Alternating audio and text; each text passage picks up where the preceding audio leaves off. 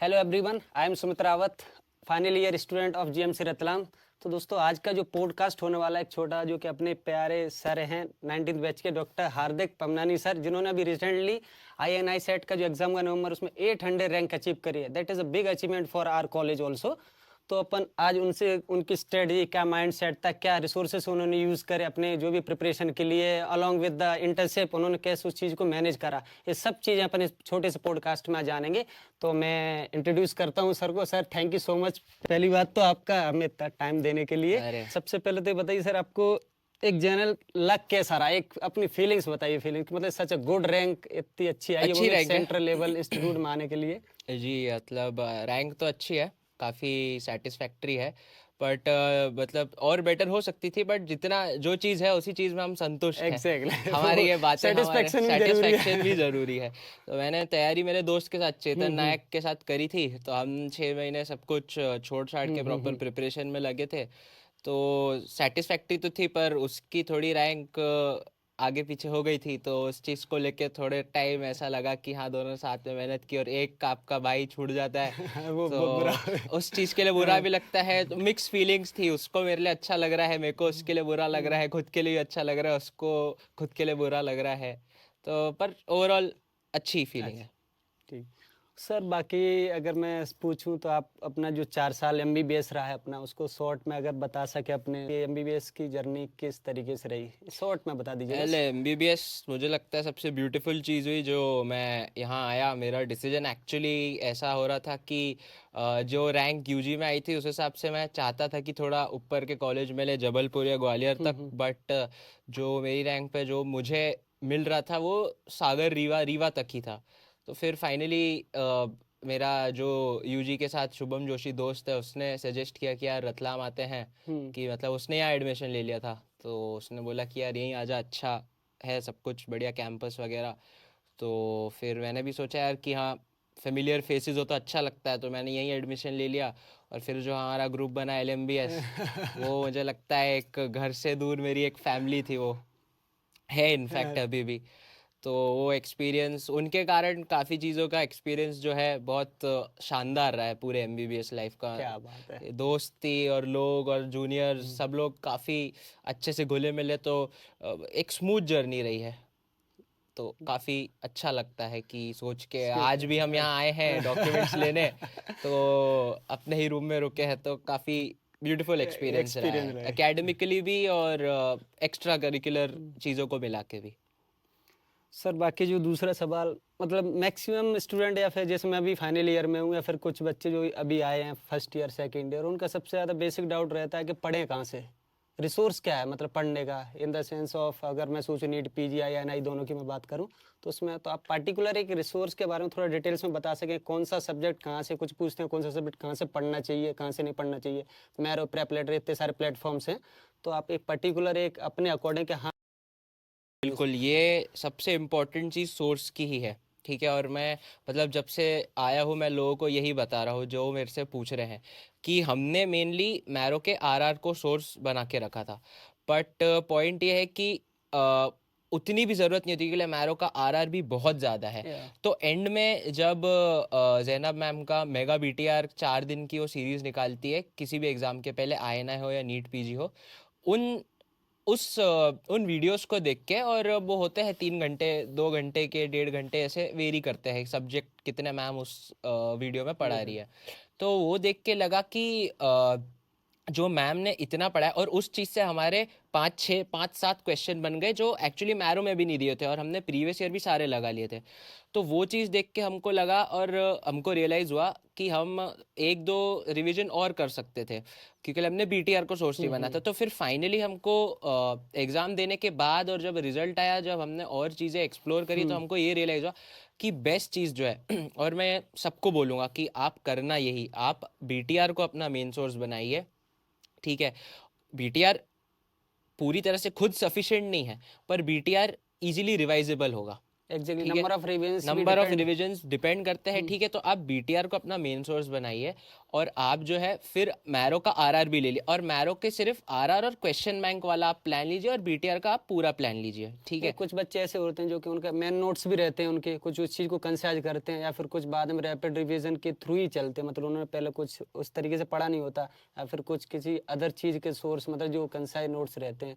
तो मतलब different kinds of लोग सोर्सेज के। सोर्स तो आपको बदलना नहीं है, मतलब मुझे जो लगा है, और मैंने और भी लोगों से जो पूछा है और जिन्होंने ऑलरेडी एग्ज़ाम निकाल रखी है, मेरे साथ वाले या हमसे पहले जो निकाले हुए हैं, क्योंकि जैसे इस कॉलेज में ऐसा था कि कोई शायद आईएनआई के लिए प्लान नहीं कर रहा था, तो हमारे लिए, और हम सेकेंड बैच थे तो हमको कोई गाइडेंस था नहीं, तो जितनी भी इन्फॉर्मेशन हमने इकट्ठा करी है, बहुत हाथ पाँव मार के इकट्ठा करी है, और फाइनली उस चीज़ पे नैरो डाउन कर गए हैं कि हमारे जो कॉलेज के बच्चे हैं उनको फ़ायदा हो जाए, और वो हमसे भी अच्छी रैंक मार पाए। हम चाहते हैं कि अभी सिलसिला आगे बढ़ता रहे, एग्जैक्टली। तो इसीलिए ये जो फाइनली सबसे पूछ के और खुद रियलाइज़ करके ये चीज़ सोची और बनाई है कि हाँ, बीटीआर को मेन सोर्स बनाओ और मैरो का आरआर। तो आपको दो प्लान, थोड़ा बहुत इन्वेस्टमेंट है, कुछ लोग सोचेंगे कि यार पैसा यहाँ भी लग रहा है, यहाँ भी लग रहा है, क्योंकि लिए मैरो की कुछ चीज़ें बहुत अच्छी है। मैरो का क्वेश्चन बैंक बहुत ही प्यारा है, बहुत ही एप्ट है, वो एकदम टू द पॉइंट है, जैसा क्वेश्चन ऑलमोस्ट है वैसे वो यस। रेसिप्रोकेट कर देते हैं।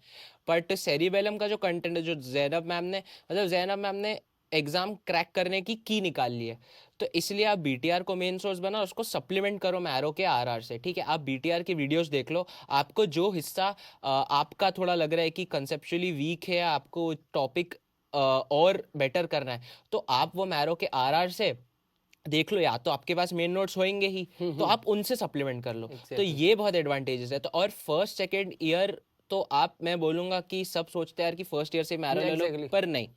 मैं ये बोलूँगा कि फर्स्ट सेकंड ईयर आप किताबों से पढ़ो, क्योंकि मैंने पर्सनली फर्स्ट और सेकंड ईयर किताबों से पढ़ा था, तो मुझे उस चीज़ का बहुत फ़ायदा मिला। मेरे कॉन्सेप्ट्स काफ़ी लेट, मतलब रिवाइज करते वक्त भी, जैसे मैंने सपोज बायोसी फर्स्ट ईयर में पढ़ा था, तो अब उसके बाद मैंने सीधा उसको इंटर्नशिप के ड्यूरिंग या इंटर्नशिप के बाद उठाया, तो तब भी काफ़ी चीज़ें मुझे ऑलरेडी मेरे मसल मेमोरी में थी।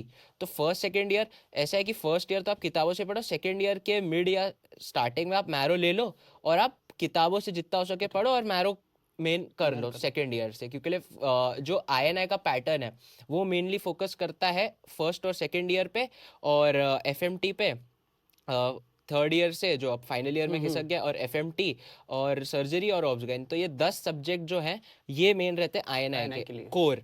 तो फर्स्ट सेकेंड ईयर आप बहुत अच्छे से कर लिए, और ये 4 सब्जेक्ट इन एडिशन आप बहुत अच्छे से कर लीजिए। बाकी सब तो ऐसा बन जाते हैं छोटे छोटे सब्जेक्ट। पर NEET PG on the other hand, अगर आप नीट पीजी टारगेट करिए, आपको एक पॉइंट ऑफ टाइम पे अपना टारगेट सेट सेट करना करना पड़ेगा। पड़ेगा। तो अगर आप नीट पीजी टारगेट कर रहे हो, तो उसका क्या होता है कि वो मेनली जो होता है वो फाइनल ईयर पे फोकस करता है, और वहाँ जो माइनर सब्जेक्ट होते हैं जैसे डर्मा, साइकी, रेडियो, वहाँ उनका वेटेज बढ़ जाता है। आईएनआई में उनका वेटेज इतना नहीं रहता है, ठीक है। तो उसकी तैयारी थोड़ी सी बस ये रहेगी कि आप फोकस कहाँ कर रहे होगे। इसके अलावा जो है, एक ये कर लेना आप सप्लीमेंट। और इसका और मैं तरीका बता देता हूँ कि जैसे मैम ने एक बढ़िया वो ऑलरेडी आपको करके दिया है, उनने प्लान लेआउट कर देती है कि आप इतने दिन में इतने इतने चीज़ें कर लो, उस प्लान से आप चलते रहो तो बहुत एफिशिएंट हो जाता है। मैम ने सब कुछ आपको लेआउट करके दे दिया। और ऐसा होता है कि उसमें आपको टोटल 4 कॉपीज मिलती है, 2 एनोटेटेड होता है बीटीआर और 2 अनएनोटेटेड होते हैं। अब आप जब पहली बार पढ़ रहे हो आप शुरू करते हो, तो आप जो एनोटेटेड वाले हैं उनमें ही अपनी अंडरस्टैंडिंग के लिए चीज़ें, या जो भी चीज़ें हैं आप वीडियो से देख के आपके हिसाब से जो आपको लग रहा है, आप एनोटेटेड वालों में ही जोड़ दो, जोड़ दो। ठीक है। 2 वॉल्यूम होंगी, 2 एनोटेटेड की, 2 अनएनोटेटेड की, तो टोटल 4 कॉपीज। अब आप जब पहली बार उस चीज़ को पढ़ते हो तो आप पूरा पढ़ रहे होगे, ठीक है। फिर आप सेकेंड सब्सिक्वेंट रिवीजन में जब आप जाओ, तो आपको पता पड़ेगा कि हाँ यार, ये पॉइंट मेरे दिमाग से स्किप हो रहा है, एग्जैक्टली। तो आप वो चीज़ को उठाओ। मान लो एक टॉपिक में 4 पॉइंट है, आपको 2 पॉइंट याद नहीं हो रहे, या आप स्किप कर जा रहे हो तो वो 2 पॉइंट उठा के आप अनएनोटेटेड में लिख लो, ठीक है। और सब्सिक्वेंट रिविजन्स में फिर सिर्फ फिर से उस चीज को अनएनोटेटेड वाले को ही, क्योंकि आपने उसमें सिर्फ 2 पॉइंट लिखे, क्योंकि 2 आपको ऑलरेडी याद है, तो इस तरीके से एफिशिएंसी भी बढ़ती है और आप टाइम भी बचाते हो। तो ऐसे सब्सिक्वेंटली करते करते पॉइंट्स कम होते जाएंगे, सब याद होते जाएगा, और आखिरी में एक आधी ऐसा पॉइंट बचेगा जो एक्चुअली रहेगा कि हाँ वो हो रहा है, और वो अल्टीमेटली एग्जाम के टाइम पे आपको क्लिक कर जाता है। ये तो हो गई आपके पढ़ने की बात। मेन मेरी जैसे नीट पीजी में रैंक 35,000 थी, मुझे नीट पीजी के बाद ही रियलाइज हुआ कि एक्चुअली क्वेश्चंस कैसे सॉल्व करना है। मैंने मतलब मेनली फोकस किया था पढ़ने पे, पर पढ़ने के साथ एक बहुत बड़ा कंपोनेंट जो है क्वेश्चन लगाना क्वेश्चंस लगाना। डेफिनेटली है। मैंने मतलब इंटर्नशिप तक ये रियलाइज नहीं किया था, पर इंटर्नशिप जैसे ही चालू हुई मुझे धीरे धीरे रियलाइज हुआ कि क्वेश्चंस लगाना अटमोस्ट इम्पॉर्टेंट है। आपको लगेगा कि नहीं पहले मैं कोर्स खत्म, उस चीज़ में मैं सही में बोलूँगा बिल्कुल मत पढ़ना। मैं खुद पढ़ा रहा था उस चीज़ में, तो मैंने देखा कि, और ये जंप देखता हूँ तो मैं खुद, मेरी खुद की जंप जो मैंने देखी 35,000 से 800, 800 एग्जैक्टली, बहुत अच्छी छलांग है। बहुत ज़्यादा अच्छी क्योंकि है। लिए मेरे को रियलाइज हुआ कि हाँ क्वेश्चंस एक इंटीग्रल पार्ट है। और जीटीज मेन पॉइंट ये है कि आप क्वेश्चंस पीवाईक्यू तो सारे ही करना है आपको, पीवाईक्यू एक नहीं छोड़ना है, और जीटीज देते रहो, क्योंकि लिए यहाँ कंपटीशन, क्योंकि लिए उनका क्वेश्चन बैंक बड़ा फिक्स्ड है आईएनआई वालों का, कि 150 क्वेश्चन फिक्स रहेंगे। 50 क्वेश्चन ऐसे होंगे जो ऑब्वियसली बहुत रहेंगे कि सबके लिए सब नहीं बना पाएंगे, वो उस दिन भगवान के भरोसे ही जाना रहता है, लक का फैक्टर बंद। रहता है किसी भी एग्जाम में ऐसे कॉम्पिटिटिव। तो आप अब आप कंपटीशन कैसे बीट कर सकते हो? आपको 3 घंटे में आपको 3 घंटे में 200 क्वेश्चन करना, मतलब 180 मिनट्स में 200 क्वेश्चन 200 करना, तो क्वेश्चंस। आपके पास 1 मिनट भी नहीं है एक क्वेश्चन के लिए, है ना? तो आप आईएनआई अगर क्रैक करना चाहते हो तो ये पीवाईक्यू और ये तरीका जो मैंने बताया, इसके साथ आप जीटीज देते रहिए। आपको एक हैंग मिलना चाहिए कि मैं 3 घंटे में 200 क्वेश्चन पूरे मेरी नज़रों से निकल पा रहे निकल हैं। पाए। पॉइंट ये है कि क्योंकि ले अगर क्वेश्चन बैंक फिक्स है 140 150 क्वेश्चंस, तो आप यूं कर लेंगे, तो आपके पास जो आप टाइम इकट्ठा कर लेंगे, आप उन क्वेश्चंस को दे सकते हो जो एक्चुअली सबके लिए डिफिकल्ट सबके लिए। होंगे, और आप उनको 1 मिनट पूरा दे सकते हो, 1 मिनट 1.5 मिनट टाइम इकट्ठा करके, तो वो आपकी रैंक बूस्ट कर देंगे। तो तो कहीं ना ये कहीं छोटे छोटे क्वेश्चन अपन को समय बचाना भी है, और जो क्वेश्चंस बड़े हैं फिर जो थोड़े, जो आप बता रहे हैं जैसे 50 क्वेश्चंस जो आते हैं थोड़े डिफिकल्ट, उनको अपन को थोड़ा ज़्यादा टाइम अपन दे सकेंगे। करेक्ट, हाँ। तो ये स्ट्रैटेजी है जीटीज। ये मत सोचना कि जब पूरा कोर्स खत्म होगा तो जीटीज आप दे रहा, जीटीज खुद एक लर्निंग टूल भी है, और मैरो के जीटी लर्निंग ही है टेस्टिंग से ज्यादा। क्योंकि लिए मैरो का एक बस थोड़ा सा लग सकता है, ये मेरे को पर्सनली लगा कि उनका क्वेश्चन बैंक बहुत वास्ट है, कि वो ऐसे क्वेश्चंस भी पूछते हैं जो जिनके पूछे जाने की प्रोबेबिलिटी बिल्कुल भी नहीं है, या ऐसे आपको लगे कि यार ये तो क्या ही चीज पूछी है, क्यों ही पूछ रहे हैं। क्यों पूछ रहे हैं। ठीक है, आप वो एक उन पे ध्यान मत दो, मेन आप पीवाईक्यूज पे दो, और जो एक्सप्लेनेशन है वो पढ़ो। एक्सप्लेनेशन मेन, आपको जो एक्सप्लेनेशन देते हैं ना, उससे बहुत चीज़ें रिटेन होती हैं आपको, है ना? तो आप उस चीज़ पे ज़्यादा ध्यान दो कि एक टॉपिक अगर आ गया तो एक टॉपिक आप एक क्वेश्चन से ही पूरा रिवाइज कर सकते हो, उनकी टेबल्स जो होती है कंसाइज वे में। तो ये काम बहुत आसान कर दिया उन्होंने। तो आप ये मत सोचना कि मेरा कोर्स खत्म हो जाए या फिर मेरे नंबर नहीं आ रहे, नंबर अल्टीमेटली बढ़ेंगे। मेरे भी मतलब शुरुआत में कोई ज़्यादा 110 क्वेश्चन हिट कर पाता था, पर एग्जाम आते आते 140 टच कर लिया, और एग्जाम एक यही हमारे साथ हमको ये भी रियलाइज हुआ कि हमने क्योंकि लिए बीटीआर को मेन सोर्स नहीं बनाया था, तो मैरो को पढ़ने में इतना टाइम लग गया कि हम रिवीजन खत्म करने के लिए ही पूरा टाइम उधर अलॉट हो गया, और जो एक्चुअली एक दो और जीटी देख के खुद को और टेस्ट कर सकते थे कि हाँ 3 घंटे में और अपने स्किल, वो हम नहीं कर पाए। तो इसलिए मैं ये बहुत स्ट्रेस करके इस चीज को बोल रहा हूँ कि आप बीटीआर को मेन नोट बनाओ, क्योंकि वो आप इजीली रिवाइज कर पाओगे, तो आप जीटीज और क्वेश्चंस में अपना टाइम और ज्यादा दे पाओगे। दोस्तों मैं बता दूं, बीटीआर जो रहता है बुरी तरह रटो, एक डॉक्टर जोना बोरा मैम चलाती हैं, कोर्स चलाती हैं during the last time of exam. तो वही सर बता रहे हैं कि जो बीटीआर है वो एक तरह से रैपिड रिवीजन टाइप की एक सीरीज होती है। तो उसी के थ्रू सर ने जो अपना रिवीजन पार्ट करा है जैसे, तो आप उसके थ्रू भी जा सकते हैं जैसे कि सर बता रहे हैं। सर बाकी दूसरा सवाल ज़्यादातर पूछते हैं कि जो लोग हैं मतलब स्टडी का शेड्यूल रहता है किसी का कि कितने घंटे क्या पढ़ना चाहिए। अगर मैं बात करूँ इंटर्नशिप के साथ, मेनली इंटर्नशिप के साथ आपने इस चीज़ को कैसे बैलेंस करा कि इंटर्नशिप भी आपको करनी है, फिर उसके अलावा फिर आपको इस चीज़ को भी थोड़ा समय देना है जो भी, तो एक वो चीज़ भी आप बता सकें। यार वो भी हम बैलेंस बिल्कुल नहीं कर पाए थे ऑनेस्टली। हमारी मतलब जैसे अपना कल्चर पता ही है आपको यार, इंटर्न्स को काफ़ी ड्यूटीज हेक्टिक रहती है, नाइट भी रहती है।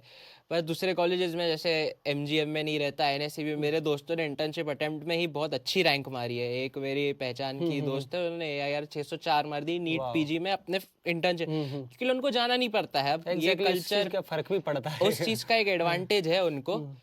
तो अपन भी इस चीज को ऐसे नहीं देखे, ये अपन भी इस चीज को अपने एडवांटेज में कैसे उठा लेंगे कि देखो जब भी आप मौज मस्ती भी करो, देखो वो भी बहुत जरूरी है, अपना मेंटल हेल्थ और इन सब के कि लौंडों के साथ दोस्तों के साथ बैठक अपनी जो भी चीज़ें फेस्ट हो इन केस उस पे पार्टिसिपेट करो या कुछ भी उस चीज़ का आनंद उठाओ। उसके साथ क्या है कि आप मान लो कि आप ड्यूटी करके आ रहे हो, आप थोड़ा उसके बाद रेस्ट कर लो, अपना जो भी खाना आना वगैरह जो भी है। उसके बाद जो आपके पास टाइम है ना, आप मैं बोलूँगा इंटर्नशिप में तो प्योरली उस चीज़ के लिए डेडिकेट करो, क्योंकि लिए अगर आपने फर्स्ट ईयर से हल्का फुल्का भी आप पढ़ता है नॉर्मल नॉर्मल 4-6 घंटे एग्जैक्टली जो रोज, एवरेज स्टूडेंट रहता है ना, जैसे एवरेज उसके स्टूडेंट लिए रहता है 6 महीने बहुत है कोई भी एग्जाम क्रैक करने के लिए, आईएनआई हो या नीट पीजी हो। तो आप इंटर्नशिप में आप फुल्ली डेडिकेटेड हो जाना, क्योंकि लिए आप कुछ भी कर रहे हो, आप जिम कर रहे हो, आप वो भी कर रहे हो। हमने जिम करके भी पढ़ने की कोशिश करी थी, पर हमसे ऑनेस्टली बैलेंस नहीं हो पाया था, क्योंकि लिए थकान इतनी हो जाती थी। 2 महीने हमने ट्राई किया, तो फिर हमने फाइनली सब कुछ छोड़ दिया जिम वगैरह। तो ऐसा है, आपको कुछ चीज़ों पे कॉम्प्रोमाइज़ करना करना पड़ेगा, पड़ेगा। एग्जैक्टली कि हाँ आपको छोड़ना पड़ेगा। ये काफ़ी लोग करते भी है, और मतलब बहुत कम प्रपोर्शन शायद लोग होंगे जो साथ में, जिनको एक्चुअली कुछ अचीव करना है कि हाँ मेरे को ये रैंक स्पेसिफिक है, मुझे ये ब्रांच चाहिए। तो उस चीज़ के लिए थोड़ी बहुत चीज़ें आपको कॉम्प्रोमाइज़ करनी पड़ेंगी। कुछ प्रपोर्शन लोग होते होंगे जो शायद बैलेंस कर लेते, पर मैंने जितना लोगों को देखा है नहीं कर पाते, क्योंकि लिए फील्ड इतनी डिमांडिंग हो जाती है और पढ़ाई इतनी डिमांडिंग होती है कि आप बैलेंस नहीं कर पाते हो। ये तो तो सर आपका भी मतलब ये ब्रांच के मतलब प्रति एक आपका एम था कि मुझे नहीं मतलब सर्जरी ही चाहिए, या फिर ऐसा है जो मिल जाए, या फिर अच्छी रैंक लानी है पहले, क्या मतलब एक अप्रोच क्या थी आपकी उसके लिए? मैं सबसे पहले जब से एमबीबीएस ज्वाइन किया था, मेरा ड्रीम तो सीटीवीएस ही था। पर फिर बीच में काफ़ी लोगों को सुना मैंने, मतलब हम खुद और पॉडकास्ट देखते हैं या लोगों से और एक्सप्लोर करते हैं पूछ पाछ के कि हाँ क्या है। तो लोगों ने बहुत बोला कि यार सर्जरी तो एक बहुत हेक्टिक ब्रांच है, टॉक्सिक ब्रांच है, और बहुत सारी चीज़ें कि आप लाइफ में लेट सेटल होगे, ये वो वगैरह। तो उन सब बातों से मैं थोड़ा इन्फ्लुएंस हो गया कि यार फिर मैंने अपना मन थोड़ा रेडियो की तरफ वो कर लिया कि अच्छा, यार इतनी मेहनत कर रहे हैं तो एक अच्छा शॉट देके पार्टिकुलर एक अच्छे सेंट्रल इंस्टीट्यूट से, क्योंकि लिए मेरे को एक खुद को टेस्ट करना था, और मेरा ये बहुत मन था कि एक बार, क्योंकि लिए आप एक ही बार जीवन जियोगे, तो एग्जैक्टली एक पूरी जान लगा दो एक ही पूरी बार। जान लगा दो और कुछ अच्छा इम्पैक्ट ला, लोगों के लिए भी आप हम्म, प्रेरणा बनो और सोसाइटी में कुछ चेंज ला चेंज पाओ लाओ। अच्छी जगह से कुछ अच्छा करके। तो फिर अल्टीमेटली समय का चक्र ऐसा चक्कर घुमा कि घूमा, प्रभु एग्जैक्टली जो ड्रीम ब्रांच मिली हाँ जो गई। ऊपर वाले की मर्जी थी वही अल्टीमेटली होता वही है हुआ। मैंने वही। तो पूरा हाथ पाँव मारे मेरे, पर अल्टीमेटली जो होना था वही हुआ है। नहीं चलो, उस चीज़ के लिए बहुत बहुत कॉन्ग्रेचुलेशन सर। सर बाकी दूसरे लोग कहते हैं कि जो मतलब ज़्यादातर रैंक के पीछे भागते हैं, मतलब जो पीजी की रैंक करते हैं हम्म कुछ, लेकिन मुझे पर्टिकुलर रैंक चाहिए, कुछ लोग दीवारों पे भी लिख लेते हैं, ऐसी बात नहीं, अपने मोटिवेशन आने के लिए, लेकिन कॉलेज में अदर चीज़ें भी हो रहती हैं, दूसरा कैसा पढ़ रहा है, हम्म कैसा वो किस तरीके से पढ़ रहा है, हम्म, कुछ लोग उस चीज़ के पीछे भागते हैं। हाँ तो उन लोगों को आप थोड़ा उन पर्टिकुलर लोगों को बताइए कि नहीं, आपके पास भी एक सेल्फ कॉन्फिडेंस जो भी रहता है कि आप पर्टिकुलर कितना कुछ कर सकते हैं, कि आप अपनी दम पे कि हाँ मैं ये चीज़ कर सकता हूँ, मुझे दूसरे से उस कंपैरिजन उस भीड़ में नहीं जाना है। एक ज़्यादातर लोग ऐसे ही रहते हैं, जैसे मैरो लिया किसी ने तो सबने मैरो ले लिया, ये चीज़ तो लोगों को थोड़ा बताइए कि भीड़ हाँ भीड़ के अकॉर्डिंग कैसे ना चलें अपन। ये भेड़ चाल में बिल्कुल नहीं चलना। आजकल बहुत चल रहा है FOMO, fear of missing out. Exact. तो वो सब आपके मन का ही खेल है कि जैसे हमारे यहाँ भी अच्छा, हमारे पास हमारी बैच में ही बहुत अच्छा कंपटीशन, हेल्दी कंपटीशन था। ऐसा नहीं है कि आपको सामने वाले से जलना है, या सामने वाला अगर नहीं मैरो ले रहा एग्जैक्टली है तो बिल्कुल ये जलन वाली चीज़ें भी बहुत लोगों ये में देखी जाती है। ये आपको बिल्कुल नहीं करना है, क्योंकि लिए ऐसा आपके मन के ऊपर है। बेसिक ह्यूमन वो है कि आप जैसे अगर आपको लग रहा है कि आप कहीं लैक कर रहे हो, तो आप अगर आपसे कोई अच्छा बंदा है, जैसे चेतन ऑनेस्टली मेरे से हम्म बेटर था, हम्म तो मैं हिचकिचाया नहीं कभी कि यार वो मेरे से बेटर है। मेरा ईगो ईगो क्यों रखना? क्यों रखना आप एग्जैक्टली। जाओ उसके पास अप्रोच करो। जैसे हमारा एक दोस्त है प्रखर, जिन्होंने जस्ट पहले दिया, वो नेचुरली गॉड गिफ्टेड भी है, पर मेहनती भी है वो बंदा। एग्जैक्टली देखा क्योंकि मैंने लिए सर। 2 महीने हमने खुद समझ लो आप 15-20 दिन पढ़े होंगे। इंटर्नशिप के अटेम्प्ट वाली जो आईएनआई होती है साल में 2 भरे, तो मई वाली में हमारी रैंक इतनी कुछ खास नहीं थी, 15-20 दिन पढ़ा था, हम खुद को टेस्ट भी नहीं कर पाए थे। पर उस बंदे ने 2-3 महीने पढ़ के काफी अच्छी रैंक लगा दी, और बिल्कुल उसको जो सर, चाहिए था हमारे मिल गया। साथ रेगुलर गेम स्पोर्ट जो ही बास्केटबॉल हाँ हमारे साथ खेलते थे, फिर भी हमें यही मतलब एडवाइस करते थे कि खेलना जरूरी है, मतलब फिजिकल फिटनेस जरूरी है, बाकी पढ़ाई करो बिल्कुल करो, लेकिन सही है, चीज़ें प्राइमरी आपकी हेल्थ ज़्यादा जरूरी है। सही तो ये चीज़ बिल्कुल। हमने उनसे काफ़ी कुछ सीखा भी है। हाँ हो सकता है आपको हेल्थ छोड़ना भी पड़े कुछ टाइम के लिए, तो भले छोड़ दे। अगर आपका एम बड़ा है, जैसे उसका एम, उसका जो गोल्स थे उसने उसको प्रॉपर बैलेंस करके बैलेंस अचीव कर लिया, तो उसके लिए वो लाइफस्टाइल आइडियल थी, परफेक्ट बैठी। एग्जैक्टली। हमारे लिए जैसे नहीं थी वो, हमको थोड़ी और बेटर हम्म। ब्रांच चाहिए थी, हमको वो चीज़ सैक्रिफाइस करनी नहीं पड़ी, सही तो वो बात है। आपको वो आपकी जर्नी है खुद की, तो आपको जलना नहीं है और ये सब चीज़ें आप अप्रोच करो। हम्म, हमारे बैच में भी हेल्दी कंपटीशन था, प्रग्नेश था हमारे साथ, हमारे यहाँ फीमेल्स जो सीआर थी हमारी मानसी, वो हम्म। बहुत अच्छी थी, एक रिंकल जैन करके लड़की थी वो भी काफ़ी, तो बहुत अच्छा कंपटीशन था, इन लोगों ने भी आसपास की रैंक्स लगाई हैं।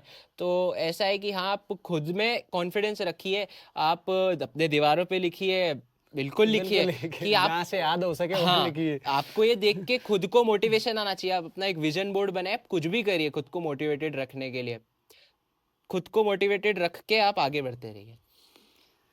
सर एक और चीज जो कि मैं पर्सनली पूछना चाह रहा हूँ, मतलब कौन सी ऐसी एक पर्टिकुलर एक दो चीजें जो आपके अकॉर्डिंग कि उस चीज़ों पे अपन को टाइम वेस्ट नहीं करना चाहिए ड्यूरिंग एमबीबीएस या फिर इंटर्नशिप, पर्टिकुलर नीट पीजी और एग्जाम ओरिएंटेड बात करूँ तो मैं। यार टाइम वेस्ट अब हर बंदे के हिसाब नहीं से, हम एग्जैक्टली आप तो अपने अकॉर्डिंग बताइए कि नहीं ये पर्टिकुलर किस चीज़ पे वेस्ट ना करें, ज़्यादा वेस्ट ना करें, करिए बिल्कुल करिए। हाँ, मतलब मैं यही बोलूँगा कि अगर आप मस्ती मजाक चल रहा है, आप फर्स्ट ईयर से आपका एक ग्रुप बन जाता हम्म। है, आप उनके साथ टाइम स्पेंड करते हो, बट अगर आप ऑनेस्टली किसी चीज़ की तरफ डेडिकेटेड होके आपने सोच लिया कि यार मुझे ये एग्ज़ाम निकालनी है, तो वो आप फोर्थ ईयर तक बिल्कुल उनके साथ रहिए, जितना आपको जो मौज मस्ती करनी है, पर आप इंटर्नशिप में डेडिकेटेड हो जाए, आप थोड़ा कट ऑफ थोड़ा सा, बहुत ज़्यादा भी नहीं कि आप उस चीज़ में भी इंडल्ज रहिए, मस्ती मजाक मौज मस्ती घूमना फिरना सब कुछ करिए, पर ऐसा नहीं है कि आप हर तीसरे महीने कहीं घूमने चले जा रहे हो यार, हर तीसरे महीने कुछ पार्टीज भी करिए, आप दोस्तों के बर्थडेज वगैरह आएंगे वो मनाइए, पर बहुत ज़्यादा उन चीज़ में नहीं, क्योंकि आपको एक पॉइंट ऑफ टाइम के बाद आपको डिसाइड करना पड़ेगा कि हाँ मुझे ये चाहिए और मुझे अब इस चीज़ पे ज़्यादा, आपको वो चीज़ खुद भी समझ आएगी कि हाँ यार ये बैठकों में या फिर इस चीज़ में मेरा टाइम बहुत ज़्यादा मैं स्पेंड कर रहा हूँ, जो कि मैं और पढ़ाई में लगा सकता हूँ। एग्जैक्टली। बाकी सर जैसे अभी इससे पहले आप देखिए एक एवरेज स्टूडेंट होता है, जैसे मैं भी एक आप भी एक एवरेज स्टूडेंट रहे बिल्कुल होंगे, तो बिल्कुल। एकदम उस तरीके से तो उन स्टूडेंटों के लिए क्या कि मतलब एक होता नहीं, एक उनका माइंड ही ऐसा रहता है कि यार मेरे अभी जो एमबीबीएस में उनके मार्क्स आते हैं यूनिवर्सिटी में कि हाँ उनके अकॉर्डिंग वो सोचते चलते अपन तो इतना ही, अपन कुछ ज़्यादा अचीव नहीं कर पाएंगे, अच्छी रैंक नहीं ला पाएंगे, सामने वाले के तो इतने अच्छे आ रहे हैं, तो उन पर्टिकुलर के लिए कुछ यार कहना चाहे। यूनिवर्सिटी ऑनेस्टली मैं बोलूंगा, मैं तो अभी कल प्रियांशु पांचाल वो ही पूछ रहा था कि सर यूनिवर्सिटी के लिए पढ़ा दो, मैंने बोला एग्जैक्टली। टिप्स चाहिए तो भाई यूनिवर्सिटी की नहीं दूंगा, असल एग्जाम की दूंगा जो मैटर कर, के लिए यार यूनिवर्सिटी एग्जाम्स तो ऐसी है यार, बस देने के लिए होती है, सबको ही ये पता है, हम्म। उन पे इतना फोकस नहीं करना चाहिए। मेरे खुद के नंबर कोई बहुत अच्छे नहीं थे, मतलब हर साल मेरा एवरेज लगभग 63 64 का एग्रीगेट, ओवरऑल मेरा 63 64 का एग्रीगेट बना, और आज मैं यहाँ बैठा हूँ। वो तो एग्जैक्ट। माइंडसेट की बात है कि आप क्या करना चाहते हो, अगर आप यूनिवर्सिटी के मार्क्स से खुद को सोच लोगे कि यार मैं इतना अच्छा परफॉर्म नहीं कर रहा हूँ, तो आप मोटिवेट नहीं मोटिवेट नहीं रहोगे। हो पर पाओगे ऐसा है इसमें। कि हाँ यार ठीक है, यूनिवर्सिटी इतनी, वो यूनिवर्सिटी एग्जाम है ही नहीं कि उस पे इतना फोकस या वो आपका फ्यूचर डिसाइड करेगी, क्योंकि वो तो बस ऐसे ही है, जो एक्चुअल टेस्टिंग चीज़ है वो तो ये एग्जाम है जो आपको आगे लेके जाएगी नेक्स्ट स्टेप पे। यूनिवर्सिटी तो बस एक पासिंग एग्जाम है कि आप एग्जैक्टली बस अगले पड़ाव तक पहुंच जाओ। जी सर। बाकी अगर सर मैं जैसे नीट पीजी या फिर आईएनआई सेट दोनों के पैटर्न के बारे में थोड़ा अपने व्यूअर्स को बताना चाहूँगा, क्योंकि दोनों में एग्जैक्ट वो मतलब डिफरेंट कहीं ना कहीं तो हाँ, है, एक लेवल ऑफ टीचिंग या फिर जो भी सिलेबस पैटर्न में बात करूँ, डिफिकल्टी लेवल पे बात करूँ, तो उस चीज़ को आप थोड़ा बता पाएँ मतलब दोनों मैं तो एग्जाम इनफैक्ट बोलूंगा कि आईएनआई कंपेरेटिवली इजियर एग्जाम है, as compare to NEET PG. क्योंकि नीट पीजी एक ऐसी एग्जाम है जिसका कोर्स डिफाइंड नहीं है, वो कहीं से कुछ भी कुछ ही पूछ पूछ सकते हैं। सकता है। आईएनआई का क्वेश्चन बैंक फिक्स्ड है जैसे मैंने बताया, और ऑलरेडी मैंने बता दिया कि हाँ ज़्यादा फोकस वो फर्स्ट सेकेंड ईयर और सर्जरी ऑब्सगाइन एफएमटी पीएसएम पे करते हैं आने वाले, और जो नीट पीजी होती है वो मोर ओवर फोकस्ड होती है फाइनल ईयर पे, वो फोकस करती है मेडिसिन पे भी, वो फोकस करती है पीडीआर पे पीडी। भी, और वो माइनर सब्जेक्ट पे भी, अपने साइकेट्री रेडियो हो गया डर्मा हो गया, इन पे भी अच्छा ओके। वेटेज है इन सब्जेक्ट्स का। तो पर्टिकुलर सब्जेक्ट मतलब दोनों एग्जाम के अकॉर्डिंग आपको उस पर्टिकुलर सब्जेक्ट को थोड़ा ज़्यादा ही टाइम हाँ देना पड़ेगा। हाँ। जी सर। बाकी सर जैसे कुछ जिन लोगों का आपने भी टेस्ट सीरीज दी होगी या फिर एमसीक्यू लगाए होंगे, तो उसमें जैसे आपने बताया एक स्कोर रहता है ना पर्टिकुलर के इतना आ रहा है, इतना पर को अचीव मतलब वो रैंक लाने के इतना अचीवमेंट चाहिए, तो आपने उस चीज़ को कैसे उस मतलब कॉम्प्रोम बैलेंस करा कि हाँ मेरे पहले 100 आ रहे थे फिर 120 हुए 140 हुए, तो वो टेस्ट सीरीज के बारे में आप बताइए, और कितने टाइम से आप एमसीक्यू मतलब दिन में नंबर ऑफ टाइम्स एमसीक्यू लगाते थे, या फिर टेस्ट वो जो टेस्ट रहते हैं ना जीटी टेस्ट रहते हैं एक, तो फिर एक पर्टिकुलर प्लेटफॉर्म के टेस्ट रहते हैं, तो उस चीज़ के लिए भी। देखिए, ऐसे मैंने तो शुरुआत में जीटी से चालू किया था, तो बहुत ही मतलब स्टार्टिंग में तो बहुत ही कम स्कोर था, क्योंकि लिए पूरा पढ़ा नहीं था। तो मैं खुद बहुत ऐसा हो गया था कि यार 4 साल मैंने पूरे दिए हैं, 4-5 साल इंटर्नशिप इंक्लूडिंग, पर तब भी कुछ स्कोर आ ही नहीं रहा है। तो बहुत डीमोटिवेटिंग था डिमोटिवेशन। मेरे लिए वो। पर जो चेतन था उसने बोला कि उसने एक्चुअली मेरे को गाइड किया कि यार तेरे को नॉलेज पूरा है, बस बस तुझे तेरे एमसीक्यू लगाने का स्किल नहीं आता है तुझे। और वो बात मुझे ultimately down the line realise हुई कि हाँ, नॉलेज तो मेरे पास काफ़ी है, भरा हुआ है, कोई उसमें कोई कमी नहीं है, स्किल्स में कमी थी। तो वो धीरे धीरे लगाते गए। एक जी एक जीटी दिया था जिसमें सिर्फ स्कोर 96 था, वो सही 96 क्वेश्चन सही थे 200 में से। फिर वो धीरे धीरे बढ़ते गए, एक टाइम पे लगभग प्लेटी हो गए थे 115 पे, फिर आखिरी वाले जीटी में जंप हुए थोड़े 130 में। ऑन एन एवरेज आप ऐसे ही बढ़ते रहोगे। हमने तो सिर्फ लिमिटेड 15 के आसपास जीटी देते थे। एक पर अब मैं आपसे एक एवरेज स्कोर पूछूं, क्या किसी पर्टिकुलर स्टूडेंट के एवरेज स्कोर आ रहा है दैट हाँ एक पॉजिटिव साइड में है वो? अगर आप 140 हिट कर रहे हो हम्म जीटीज में मैरो की, तो आपका डेफिनेटली सिलेक्शन आईएनआई में तो हो जाएगा, आईएनआई के पैटर्न पे। और नीट पीजी के पैटर्न में अगर आप 160 170 हिट कर रहे हो, 160 एप्ट है एग्जैक्ट। मैरो के जीटीज के हिसाब से, तो आप डेफिनेटली आइदर एग्जाम क्रैक कर सकते हो।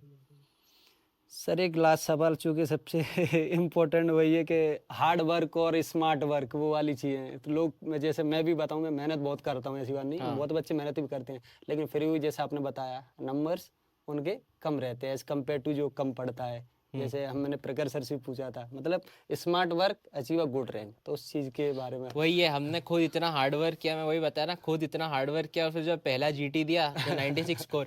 तो स्मार्ट वर्क, और यही चीज़ सोच के भी, इसलिए मैंने सबसे पहले बात ही तुमको ऐसा सबको ये बताया कि बीटीआर उठाना, क्योंकि BTR is literally smart work. Exact. और मैरो के आप मेन नोट्स तो आप कभी सोचना ही मत कि मैं वो पढूं, वो है पूरा गधा मजदूरी, हार्ड वर्क है, और उससे कुछ अचीव नहीं होगा। आप एक सब्जेक्ट खत्म करोगे, दूसरा जाओगे, उतने में पहला वाला भूल जाओगे, क्योंकि इतना वास्ट है।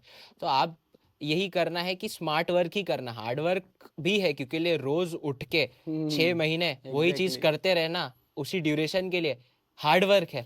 पर स्मार्टली करना वो है कि इस पाथ को फॉलो करना। सर अब थोड़ा एक रैपिड फायर क्वेश्चन है जो कि आप बहुत जल्दी दे रहे हैं, तो एक सब्जेक्ट जो सबसे ज़्यादा आपको स्कोर बूस्टर लगा आईएनआई सेट में? स्कोर बूस्टर मुझे लगा, मैं कहूँगा माइक्रो।